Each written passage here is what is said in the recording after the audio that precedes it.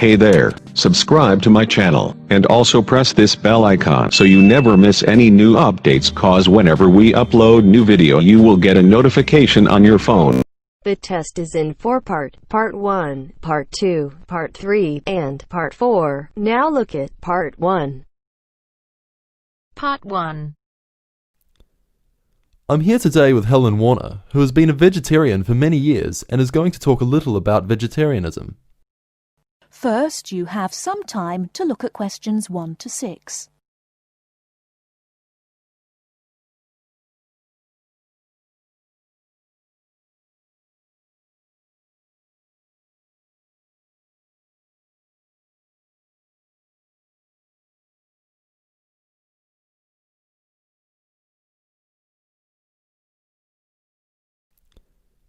I'm here today with Helen Warner, who has been a vegetarian for many years and is going to talk a little about vegetarianism. Helen, the concept of vegetarianism seems to have interested a number of our listeners, who have sent in some questions. To begin, what made you want to become a vegetarian? Well, when I was 16, I had friends who were vegetarian and they introduced me to the idea. My parents were typical of their generation and ate meat at least 3 or 4 times a week, so I didn't really think about it too much until a few years later. It was while I was at university that I really thought about it and decided that it was unfair to eat meat when there are so many alternatives available. Is there anything you miss about not eating meat? No, not really. As I said, there are so many substitutes available these days, perhaps the most important of which comes from the soya bean. Soya is so versatile and is the staple substitute for most vegetarians. So what about the nutritional value of vegetarian food? Isn't it true that there are some vitamins that you can't get from soya or vegetables alone? Surely people need these vitamins. Yes, that's correct. But actually there is only one vital vitamin that is only present in meat. That's vitamin B12. Most vegetarians are aware of the implication of this and actually take B12 supplement in the form of tablets. Of course, the way you cook vegetables is also very important in preserving vitamins. Many countries, particularly the UK, have a reputation for overcooking vegetables. Water-soluble vitamins, where the vitamins are dissolved into the water, are often lost. Vitamin C is a common example. However, the loss of vitamins can be avoided by microwaving or steaming vegetables, which is what I do whenever I cook. Some people don't want to change their cooking habits too much, so if you do boil them, simply cut down on the cooking time. So a vegetarian diet is fairly healthy then? Oh yes. A lot of people believe that vegetarianism is unhealthy, but that's actually not the case. Vegetarians are actually considerably healthier than many meat eaters. Consider for a minute the health aspects of the incredible amount of meat this country and others like it consume. The statistics for beef eating, for example, are quite frightening. The world figure for beef consumption is slightly less than 11 kilograms per person each year.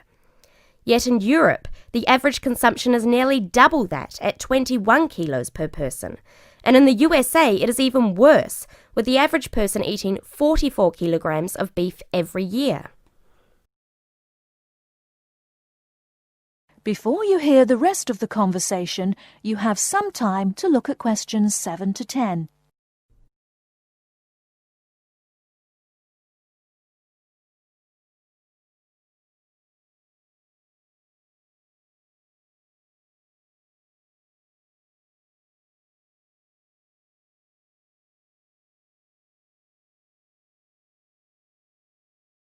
Now listen and answer questions 7 to 10. So are you suggesting that people stop eating meat altogether and everyone adopts a vegetarian lifestyle? No, not at all. Even in the healthiest diets, there is still a place for meat, but it should be eaten in moderation. Many nutritionists think of foods in terms of a pyramid, with the foods we can eat relatively freely at the bottom and the foods we should carefully restrict at the top. The majority of our diet should be composed of cereals, which would go on the bottom row of the pyramid. In this category could also be included such things as rice and pasta. Next, a good diet is followed by a roughly equal amount of vegetables and fruit. I have at least 2 servings a day of fruit and vegetables whenever possible. In decreasing quantities, you can then eat dairy foods, eggs, cheese, etc. Almost at the top of the food pyramid comes fish, carefully prepared of course, not dripping in oil or batter, and white meat. Chicken, for example, is a comparatively healthy meat, but again, a lot of this comes down to preparation methods. Right at the top of the pyramid come the ingredients of far too many Western meals, red meat and potatoes. It is particularly in that area that I would suggest moderation. Well, thank you very much, Helen. I'm sure that a lot of listeners are interested in your views. How could they find out more about the health benefits of vegetarian options? Well, there are lots of websites and books on healthy eating and vegetarianism, but it is always important to remember to consult your doctor before making any radical changes to your diet or lifestyle. That is the end of part 1. You now have half a minute to check your answers.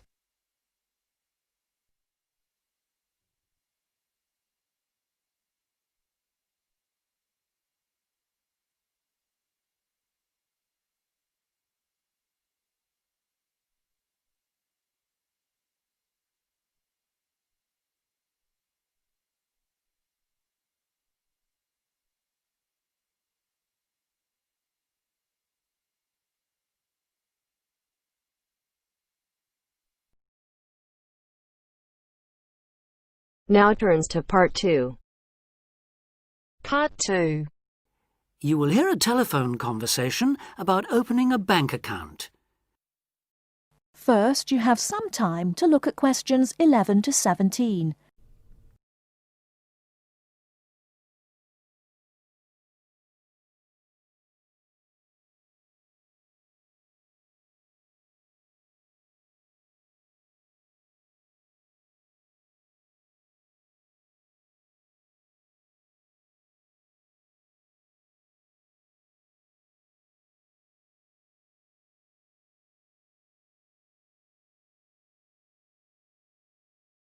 Now, listen carefully and answer questions 11 to 17. Expats Helpline, Terry Davies here. What can I do for you? Hello, Terry. I've been in this country for a while and I've just been offered a job in the city, so I think I'm going to need to open a bank account. I haven't had one before, so I'm wondering what papers I need. Well, basically you'll need to be able to prove to the bank that you're who you say you are and that you live where you say you do, okay? Uh-huh. And for some banks, at least, that means you'll have to show them 2 separate pieces of identity. So I'll run through the list if you like. Yes, please. Okay. I'll bring it up on the screen. Let's see. Here it is. Right. The first thing it says is a valid passport. Mine's Australian. Yes, that would be fine, of course. The next one is a driving license, and again, one from your country would be okay. Then that's followed by birth certificate. Oh, hang on, that's only if you're under 18. Which I'm not. Right, so not that then. But you can also show them a benefit book. For instance, if you're in ill health, or unemployed, or getting income support. Yes, I could bring that. Or a letter from my employer, maybe? Well, that's not actually on the list, so we'll have to assume you can't. Okay. And to prove where I live? Again, there are several possible things listed here. For instance, you could use a bill for council tax, or something else for where you live, such as an insurance certificate. I've got one of those, somewhere among all my papers. But what about bills? Things like phone bills, I mean. As long as it has your address on it, yes, fine. So a bill for my mobile would do, would it? I'm afraid it would have to be for a fixed line phone. You could use other types of household bill, though, as long as you get them through the post. How about an electricity bill? That'll say where I live, won't it? If it's in your name and not that of a landlord, yes. It is, so I'll probably take that then. There's one other you might want to use, a vehicle registration document. If you have a car or motorbike or something, of course. No, I haven't actually. Now, I believe there's a bank actually inside the commercial centre, and I might open an account there, seeing as how that's where I'll be every day. Yeah, that would seem to make sense. I know people who bank there. I actually read about it in a city guide. My cousin picked it up when he was here a couple of years ago, and I made a few notes. Do you mind if I run through them with you now, just to make sure the details haven't changed? Fine, go ahead. Okay, first question. It's still a branch of the Popular Bank, is it? The one with links to Australian banks? No, it's actually been taken over by another big banking group, the Savings Bank. It still seems quite popular, though, especially with people doing business in the Asia-Pacific area. And when is it open, Monday to Saturday? I'll have to check their website for that. Give me a second or two, will you? Sure. Right. I've got it. Customer service, and it's just weekdays, I'm afraid. Does it say what their business hours are? I'm just looking for that. It's on a different page for some reason. I think there's been a change at some banks in the last year or so. Yeah, here it is. It's open from 9:30 in the morning till 3:30 in the afternoon. And it's on the top floor of the main centre building, is it? Next to the travel agency? That's where it used to be, but they've since moved it to a slightly bigger place. It's on the ground floor now. Oh. And one last thing on this. I know most banks give incentives to young people to open accounts with them, but apparently this one didn't. Do you know if they're offering anything these days? I'll just check. I'm sure they'd say so on their new clients page if they were. No, there's nothing mentioned here. That's a pity. I was quite looking forward to getting my free gift. Before you hear the rest of the talk, you have some time to look at questions 18 to 20.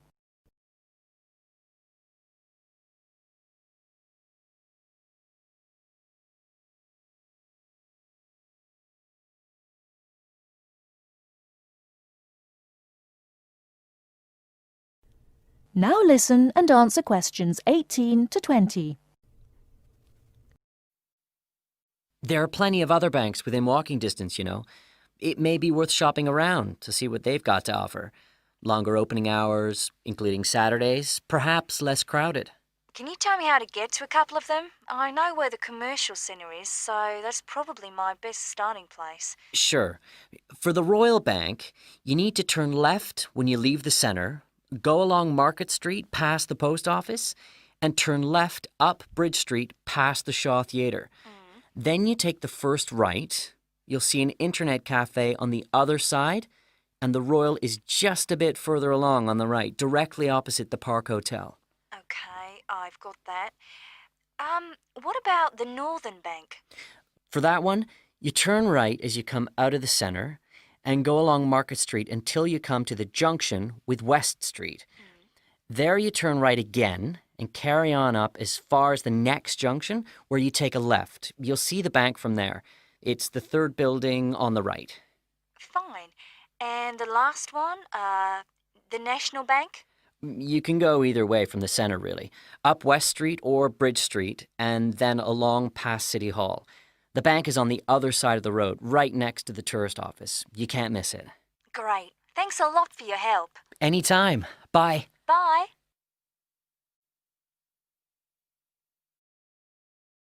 That is the end of part 2. You now have half a minute to check your answers.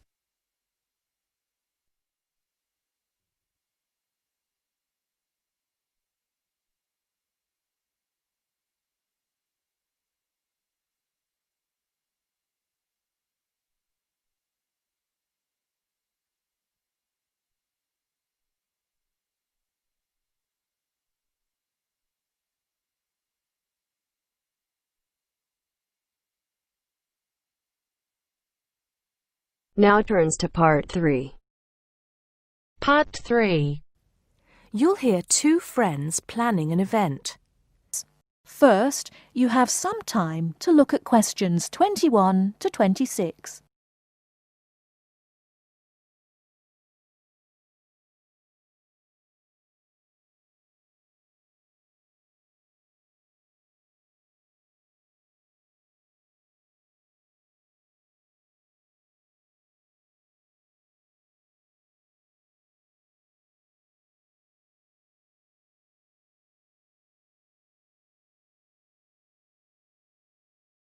Now listen carefully and answer questions 21 to 26. Hello, Joan. I'm glad you could come. Hello, Peter. What's up? Is something the matter? No, everything's fine. It sounded urgent on the phone. Did it? It's just that I've had this idea and I wanted to see how soon we could get it off the ground. Well, don't keep me in suspense. You know they're planning to close down the local clinic. It was in the newspaper yesterday, but most people have actually known for some time. Well, I thought we should do something about it. What did you have in mind? I thought we could organise a charity event and donate the money to the clinic. I know it doesn't sound like much, but it will show the local council how we feel and that we mean business. That'll take quite a lot of organising. Why don't we just hold a protest outside the town hall? A protest would take just as much organisation as an event like this. Besides, I think fewer people would turn up. A village fair, or something like that, would attract more people and get money for the clinic. People are more generous when they're enjoying themselves. OK then, it sounds good to me. How do we start? First, we put our heads together and come up with a list of people who'll be willing to help and people who can provide us with some of the things we need. For example, we might need a caterer to provide refreshments, a rock band for entertainment, tents and so on. Then, we do a lot of telephoning around and try to get everybody together at the same time in the same place. Sounds like a lot of work to me. Well, that's only the beginning. First things first, though. Let's decide now on who to get to the initial meeting and where and when to hold it.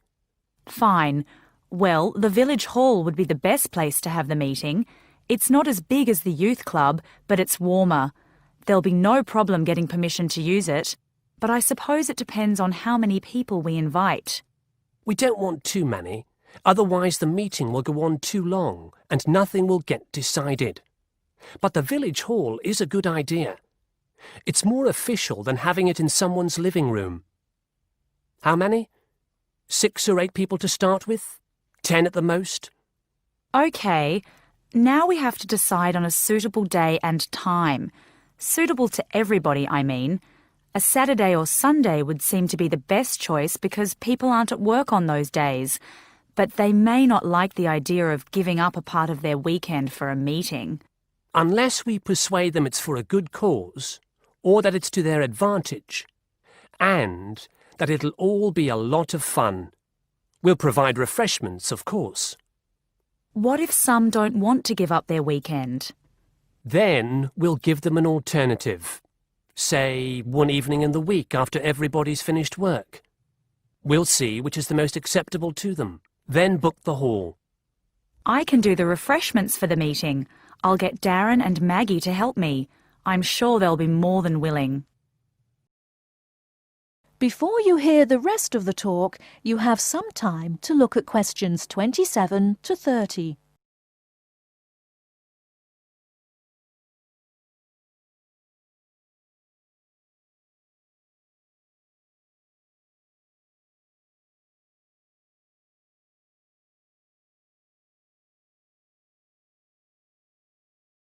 Now listen and answer questions 27 to 30. So, what's next on the agenda? A list of who we want at the meeting. Yes, of course. Obviously, we want someone from the clinic.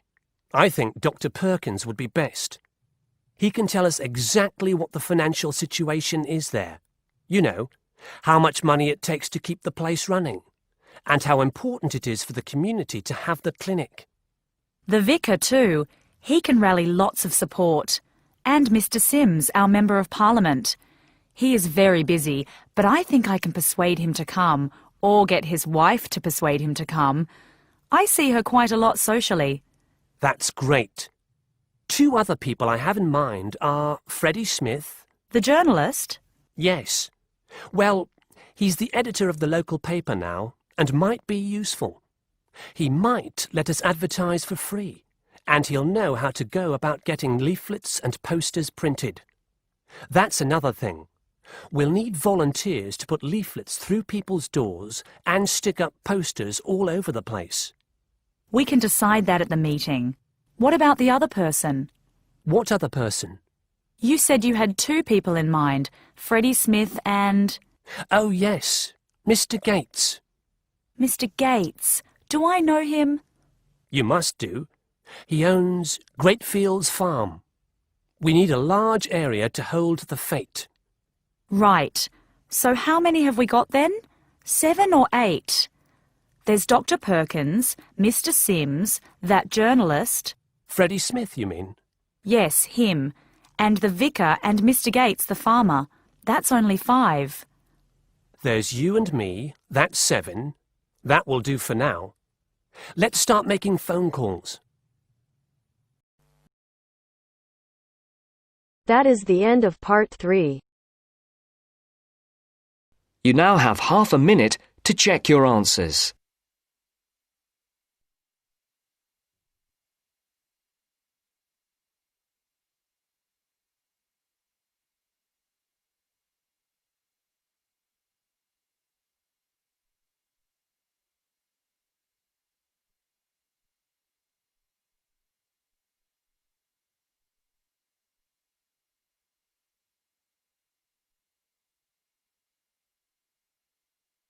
Now turns to part 4.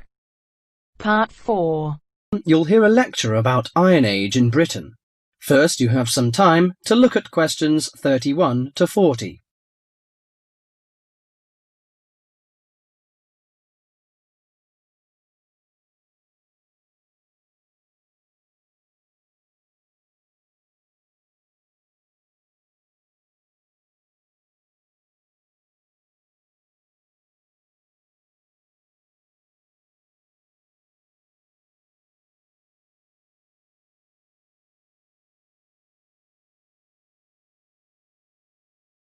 Now listen carefully to the message and answer questions 31 to 40. Good morning, ladies and gentlemen. Today I'm going to introduce to you a special age in Britain, the Iron Age.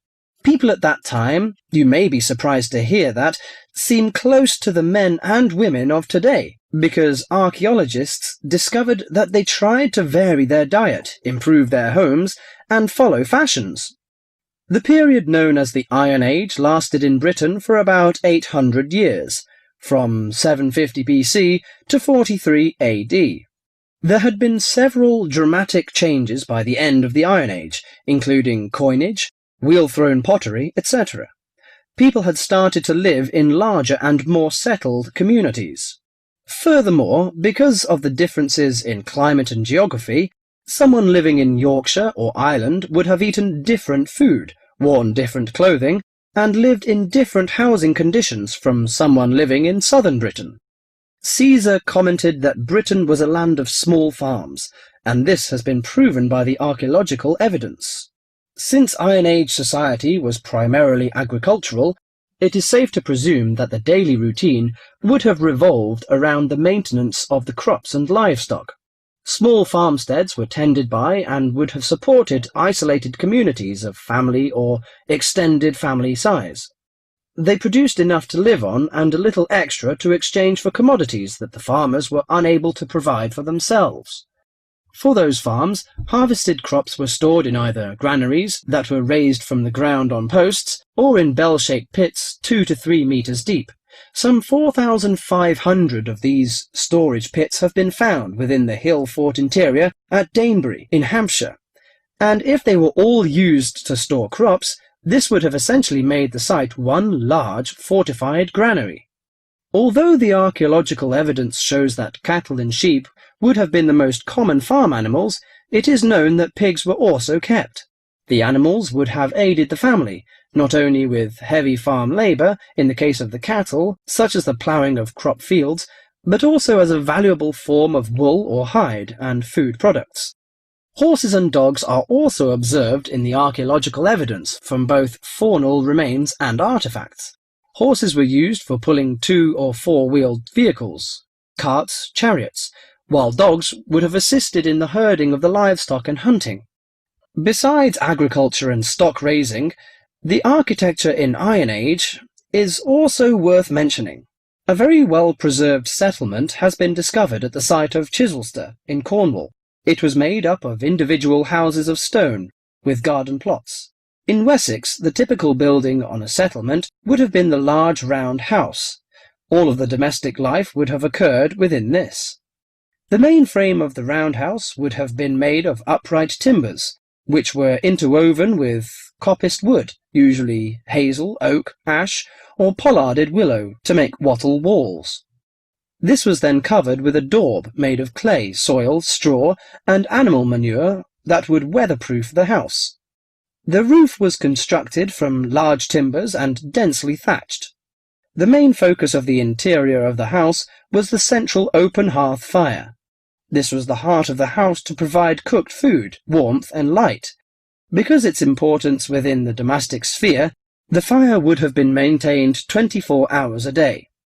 Beside the fire may have stood a pair of fire dogs, such as those found at Baldock in Herefordshire, or suspended above it a bronze cauldron held up by a tripod and attached with an adjustable chain.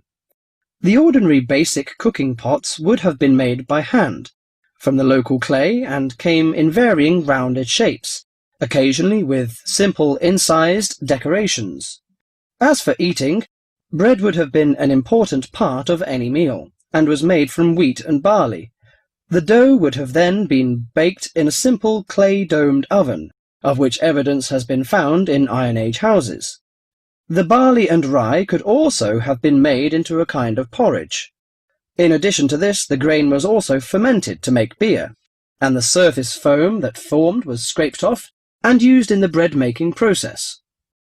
The interior of the house was an ideal place for the drying and preservation of food.